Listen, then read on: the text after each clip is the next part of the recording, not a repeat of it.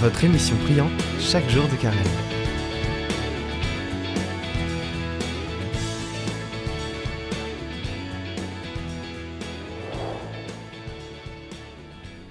Heureux de vous revoir pour cette 4e vidéo de cet itinéraire de disciples dans l'évangile de Marc.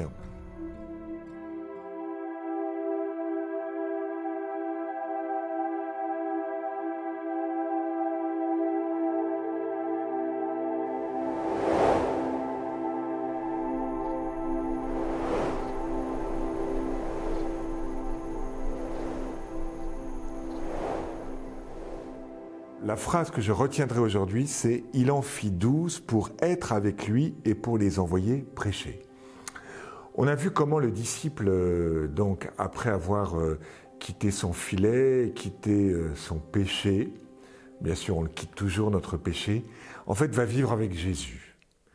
Un disciple, c'est d'abord quelqu'un qui vit. Et puis à un moment donné, dans cette masse de disciples, Jésus va en choisir 12. Et c'est le passage que je vais lire aujourd'hui. Il gravit la montagne, et il appelle à lui ceux qu'il voulait. Ils vinrent à lui, et il en fit 12 pour être avec lui et pour les envoyer prêcher, avec pouvoir de chasser les démons. Il fit donc les 12. Il donna à Simon le nom de Pierre, puis Jacques le fils de Zébédée, et Jean le frère de Jacques, auquel il donna le nom de Boanerges, c'est-à-dire fils du tonnerre. Puis André, Philippe, Barthélemy, Matthieu, Thomas, Jacques, le fils d'Alphée, Thaddée, Simon le Zélé, et Judas Iscariote, celui-là même qui le livra. Donc, je n'appelle le disciple à être apôtre, donc c'est une sorte de garde rapprochée autour de Jésus. Il est certain qu'on décide à ce moment-là, juste avant de perdre Jésus, chapitre 3, verset 7, on veut le faire mourir. Il y a des foules qui sont de plus en plus nombreuses, verset 7, une grande multitude. Et donc, dans cette masse de disciples, Jésus en appelle quelques-uns. Ça veut dire quoi? Ça veut dire que je n'appelle pas ma garde rapprochée pour la mission, sans connaître davantage les disciples. Imaginez que je sois je sais pas, dans une école et puis qu'il me manque un professeur d'histoire. Bon. Est-ce que je vais dire à la cour de récréation, chers amis, est-ce que quelqu'un aime bien l'histoire, pourrait faire cours d'histoire? Non. Si je ne connais pas la personne, vous voyez, c'est quand même délicat, il y a plusieurs manières d'enseigner l'histoire. Non. Eh bien, c'est exactement ce que fait Jésus. Jésus, il regarde les disciples, il les voit vivre, et il se dit, tiens, je peux appeler un tel, un tel, un tel et tel. Voilà. Il va passer toute la nuit en priant le Père et en se demandant qui il appelle. Si on n'entre pas dans cet appel particulier, qu'est-ce qui va se passer? Eh bien, la personne ne se sent pas reconnue. Mon père, vous avez fait une annonce là, à la sortie de la messe, mais moi, je n'ai pas répondu à l'annonce parce que, d'abord, j'ai pensé que d'autres allaient répondre, et puis, moi, j'ai envie que vous me choisissiez, que vous puissiez me repérer. Il n'y a rien de plus agréable d'avoir quelqu'un qui vous dit « Tiens, Paul, François, Ludivine, c'est toi que je voudrais pour cette mission. » Parmi nous, ceux qui écoutent, il y a peut-être des prêtres, des laïcs, et vous devez appeler des personnes, mais une annonce, ce n'est pas la manière de faire de Jésus. Jésus, il appelle personnellement. Donc c'est vraiment un acte d'amour, cet appel. Puis c'est aussi un acte de prudence. C'est-à-dire que si je fais une annonce à tout le monde, je ne sais pas trop qui va venir, voyez. Il faut faire attention, parce que je peux appeler tout le monde, et puis j'ai la personne qui rentre, qui va faire de la catéchèse, et puis je découvre au bout de 6 mois que la personne fait tourner les tables, va voir des guérisseurs, etc. Bon, j'imagine, ça ne m'est pas arrivé, mais je sais que ça c'est arrivé dans d'autres endroits. Donc, vous voyez, on ne se rend pas bien compte de qui on emmène dans la barque parce qu'on manque de prudence. Et c'est ça que fait Jésus, vous voyez, il attend avant d'appeler, et il attendra encore avant d'envoyer en mission au chapitre 6. Je continue d'observer cet appel, qu'est-ce que je vois? L'appel des 12 se termine et Judas Iscariote, celui-là même qui le livra. C'est curieux de nous dire ça. comme si on voulait nous dire que vous pouvez être appelés tout en livrant Jésus. Dit autrement, ne soyez pas scandalisés par ce qui se passe dans l'Église.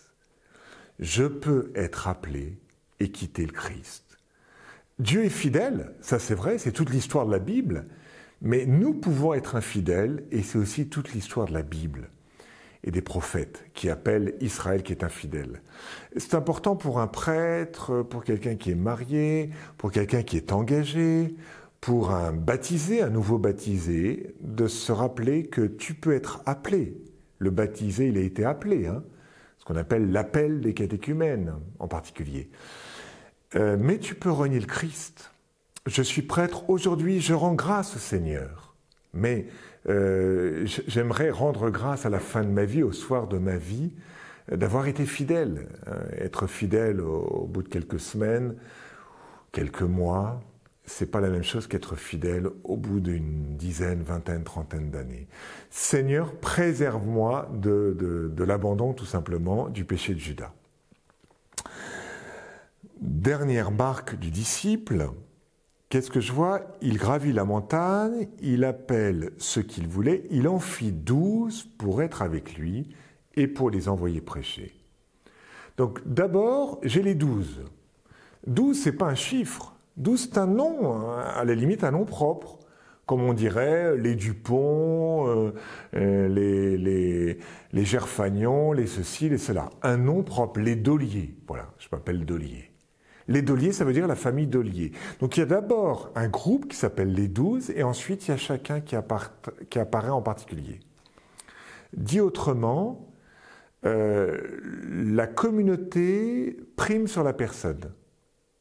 C'est-à-dire que je n'ai pas à utiliser la communauté pour moi. Non, c'est d'abord la communauté qui est première. On voit bien quand, dans une communauté ou dans une paroisse, les gens viennent pour faire leur business. Je vous parle simplement avec mon style, mais en fait, c'est pas tellement la communauté qui m'intéresse, c'est mon business. Ah, avec vous, il y a un réseau, avec vous, je vais pouvoir faire ceci, cela. Non, c'est d'abord les 12. Il y a le choix de l'Église. Est-ce que tu as découvert l'Église comme une famille? Nos activités, c'est second. D'accord? Ce qui est premier, c'est l'Église. Et inversement, parce que l'Église m'accueille, mon identité propre apparaît. C'est-à-dire qu'on voit que Simon, en fait, il va s'appeler Pierre. Que Jean, il aura telle ou telle caractéristique. Jacques, en fait, il va lui donner le nom de Boanerges. Notre identité, vous savez, apparaît suite à cet appel dans l'Église. On a l'impression que Jésus est comme un sculpteur. Il a le groupe des 12, un gros marbre, et ensuite il sculpte, et chaque figure apparaît. Et on voit chaque disciple apparaître avec son nom propre, et le nom, c'est la vocation. Donc c'est important. Je suis rentré dans une communauté, je suis rentré dans l'Église. Est-ce que mon identité propre, elle apparaît ou pas? Je suis rentré au Carmel. Si mes parents me disent, écoute, Caroline, depuis que tu es rentrée au Carmel, on trouve que tu es triste, on trouve que tu es éteinte, on trouve que, en fait, tu ne rayonnes plus comme avant. Non, il y a quelque chose qui n'est pas juste. L'accueil dans ces 12 dans l'Église fait qu'au contraire, je deviens plus moi-même et je déploie mes talents. Alors, avant de déployer ses talents, c'est quoi la vocation du disciple? C'est d'être avec lui, ce qu'on appelle l'union à Dieu. Et les envoyer prêcher, ça sera plus tard. Pourquoi je suis chrétien? Pour être avec lui. Pourquoi je suis prêtre? Pour évangéliser? Non, pour être avec lui. On voit bien comment les crises dans notre vie sont d'abord des crises en fait, d'appartenance. Je ne suis pas suffisamment avec Jésus, alors je ne suis pas suffisamment avec Jésus, alors eh bien, je me rattrape dans le faire. Mais Jésus nous appelle à être avec lui. Alors prions ensemble. Seigneur, toi qui m'appelles à être avec toi, par amour, puisque tu m'aimes, comme l'époux est avec son épouse, tu veux que je sois avec toi. Eh bien, donne-moi, dans travers toutes mes activités, d'être avec toi simplement, c'est-à-dire de rechercher ta présence. Seigneur, je te le demande. que toute activité, toute rencontre soit un moyen de te connaître. Je vous propose comme petit engagement cette semaine de revoir votre temps de prière. Être avec lui, ça passe évidemment par l'oraison, la prière personnelle. Repérez bien quand vous priez dans la journée, qu'est-ce que vous faites dans votre temps de prière et qu'est-ce que vous faites avant votre temps de prière. Ces 3 questions diront en quelque sorte la qualité de votre prière. Donc, bon temps de prière chez vous ou dans une église. À demain.